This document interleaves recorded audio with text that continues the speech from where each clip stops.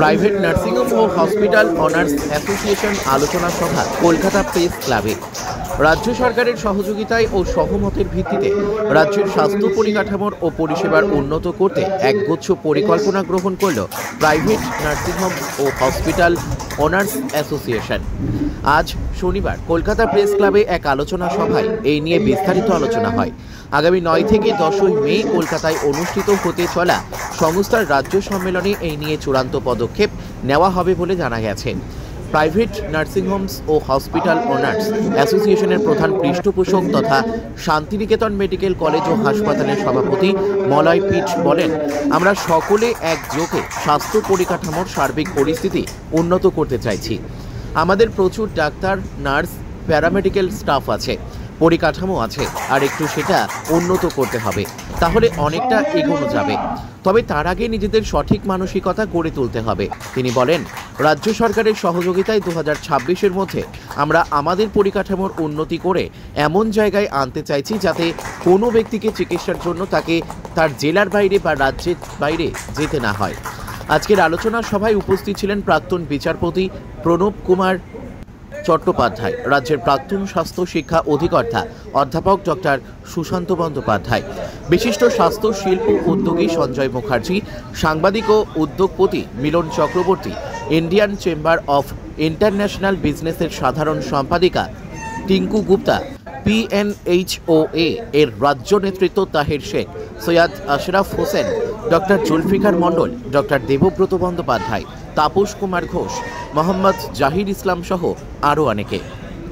কাজী আমিরুল ইসলামের report, S news Bangla.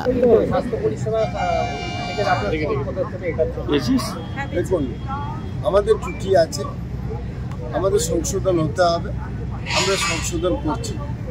অর্থাৎ আমাদের যে হসপিটালগুলো মানে পরিকাঠামোগত ত্রুটি, আমরা 2026-এর মধ্যে এই সংগঠন যাতে করে তারা ত্রুটি মুক্ত হয় তার জন্য প্রচেষ্টা চালাচ্ছে, বিভিন্নভাবে এনকারেজ করছে, তাদের উপর বিভিন্নভাবে বিচার করার চেষ্টা করছে। বিভিন্ন রাজ্য সরকারের যে স্বাস্থ্য দপ্তর তাদের নিয়ে যে নিয়ম মতো হসপিটাল চালাতে হবে, এইটা যেমন আমরা করছি। আমরা করতে গিয়ে যেটা বুঝলাম, মানুষের মেন্টাল ব্রেকআপ, যে বাইরে ছাড়া ভালো ট্রিটমেন্ট হয় বা কলকাতায় ট্রিটমেন্ট করতে হবে, এই মেন্টাল ব্রেকআপটা নষ্ট করার জন্য বা ঠিক জায়গায় আনার জন্য আমরা এই প্রচারের আলোয় এসেছি। আমাদের সংগঠন মনে করে আমরা অনেকখানি ডেভেলপ করেছি, সেটা আপনারা তুলে ধরুন। গ্রামগঞ্জে হসপিটালে চলুন, আপনারা দেখুন যে যে ত্রুটি আছে, বড় জোরে আপনাদের কাছে আবেদন, ত্রুটিগুলোকে গঠনমূলক সমালোচনায় নিয়ে আসুন। কারণ যদি মিডিয়া পারে কোনো একটা জায়গায় কোনো একটা দুর্নীতি হয়েছে বা কোনো একটা ডিস্টার্ব হয়েছে, সেটা যদি তুলে ধরে সব মিডিয়া, বাকিগুলো তুলে যদি না ধরে, তাহলে কিন্তু মানুষ আস্থা হারাবে এখানে তুলবে। তাই আপনাদের কাছে করজোরে আবেদন, আপনারা হেলথ সেক্টরের ডেভেলপমেন্টের স্বার্থে আপনারা পজিটিভটা শুধু তুলে ধরুন, তাহলে মানুষের আস্থা আসবে না। কারণ আপনাদের মাধ্যমেই একমাত্র মানুষের আস্থা আসবে।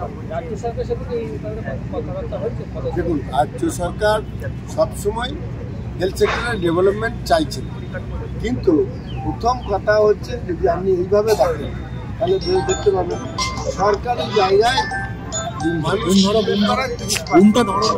বাকি 70% বেসরকারি হসপিটালে বা নার্সিংহোমে দেখান। এই যে 70% দেখান, সেটা কিন্তু সরকারি টাকাতেই, কারণ স্বাস্থ্যসাথী প্রকল্পে অধিকাংশ চলে, সেই হিসেবে এগুলো দেখান। এই যে 70% যদি আমরা যদি ইউনাইটেড হয়ে গভর্নমেন্টকে সাপোর্ট না করি, তাহলে হেলথ সেক্টরের ডেভেলপমেন্ট বা মানুষ সেই সুবিধা পাবে না। সেই কারণে আমরা ইউনাইটেড হয়ে সঙ্গে সরকারের সহযোগিতা নিয়ে আমরা হেলথ সেক্টরের ডেভেলপমেন্ট করি।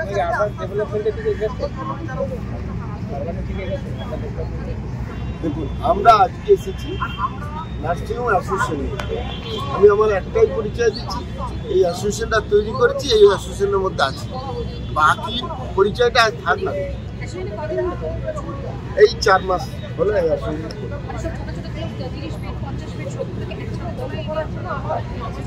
আমরা টোটাল নার্সিংহোম হসপিটাল যত আছে ওয়েস্টবেঙ্গলে একসাথে এখানে আছে 2500 নার্সিংহোম হসপিটাল আছে।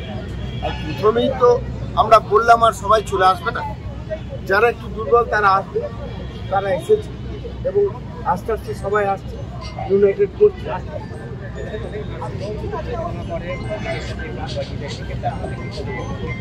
যদি প্রপার তার এভিডেন্স থাকে বা আমাদের কাছে কমপ্লেন আছে, সরকারের সহযোগিতা নিয়ে আমরা যেভাবেই হোক সেই জায়গা থেকে তাকে সরাতে বাধ্য করি। আমরা জানি সবসময় আপনার মানুষের পাশে থাকতে ভালোবাসেন, মানুষের জন্য কাজ করতে ভালোবাসেন, তো আজ অন্যরকম কিছু একটা পদক্ষেপ আমরা নিতে দেখবেন, কি বলবেন? আজকে আমাদের প্রধান উদ্দেশ্য করা সেটা হচ্ছে জেলার পেশেন্ট জেলায় থাকবে, রাজ্যের পেশেন্ট রাজ্যে। এটা কীভাবে সম্ভব আমরা একটা ভেবেছি, সরকারের সহযোগিতা এবং সহমতের ভিত্তিতে আমরা যেমন সরকারিভাবে ইন্টারনাল রেফারেল সিস্টেম আছে, সেরকম আমাদের প্রাইভেট সেক্টরেও ইন্টারনাল রেফারেল সিস্টেম। যেমন এখানে আমরা 4জন নার্সিং মালিক সবার কিন্তু একই করে ম্যাডাম, আমাদের মধ্যে সিটিজেন হসপিটালের মালিক আমাদের প্রেসিডেন্ট স্যার, ওনার ক্যাথল্যাব আমাদের বাকি 3 জনের সেক্রেটারি সাহেব ওনার ক্যাথল্যাবের কোনো লিস্ট আছে কমপ্লিট। আমার আগামী দিন হবে হয়তো 6 মাস, আমার এখনো বাচ্চা। তো এই যে আমরা ইন্টারনাল রেফারেল সিস্টেম থাকলে 4 জন দিয়ে আপনাকে এক্সাম্পল দেয়, আমাদের তো আরো 1000 জন নার্সিং মালিক আছে। তো এ বি সি যেমন ক্যাটাগরি আছে সেরকম আমাদের 10 বেড থেকে 500 বেড অব্দি নার্সিং মালিক আমাদের সঙ্গে, 1100 বেডের হসপিটাল আমরা সাবজেক্ট মেডিকেল কলেজ আমাদের সঙ্গে, ওরা আমাদের প্রধান প্রতিষ্ঠান মেডিকেল। তো আমরা যদি ইন্টারনাল রেফারেল সিস্টেমটা চালু করতে পারি, তাহলে একটা পেশেন্ট আমার হসপিটাল থেকে যদি আমি সিটিজেন দুর্গাপুরে পাঠাই, তাহলে ওনার সিস্টেম যে ম্যানেজমেন্ট আছে তাকে ইন্টারনালি জানিয়ে দিই, তাহলে সেই পেশেন্টের হয়রানি নেই। তাহলে পেশেন্টের সঙ্গে সঙ্গে গিয়ে ট্রেন রেডি থাকবে, পেশেন্টটাকে টেক আপ করবে এবং তার ট্রিটমেন্ট শুরু হয়ে যাবে।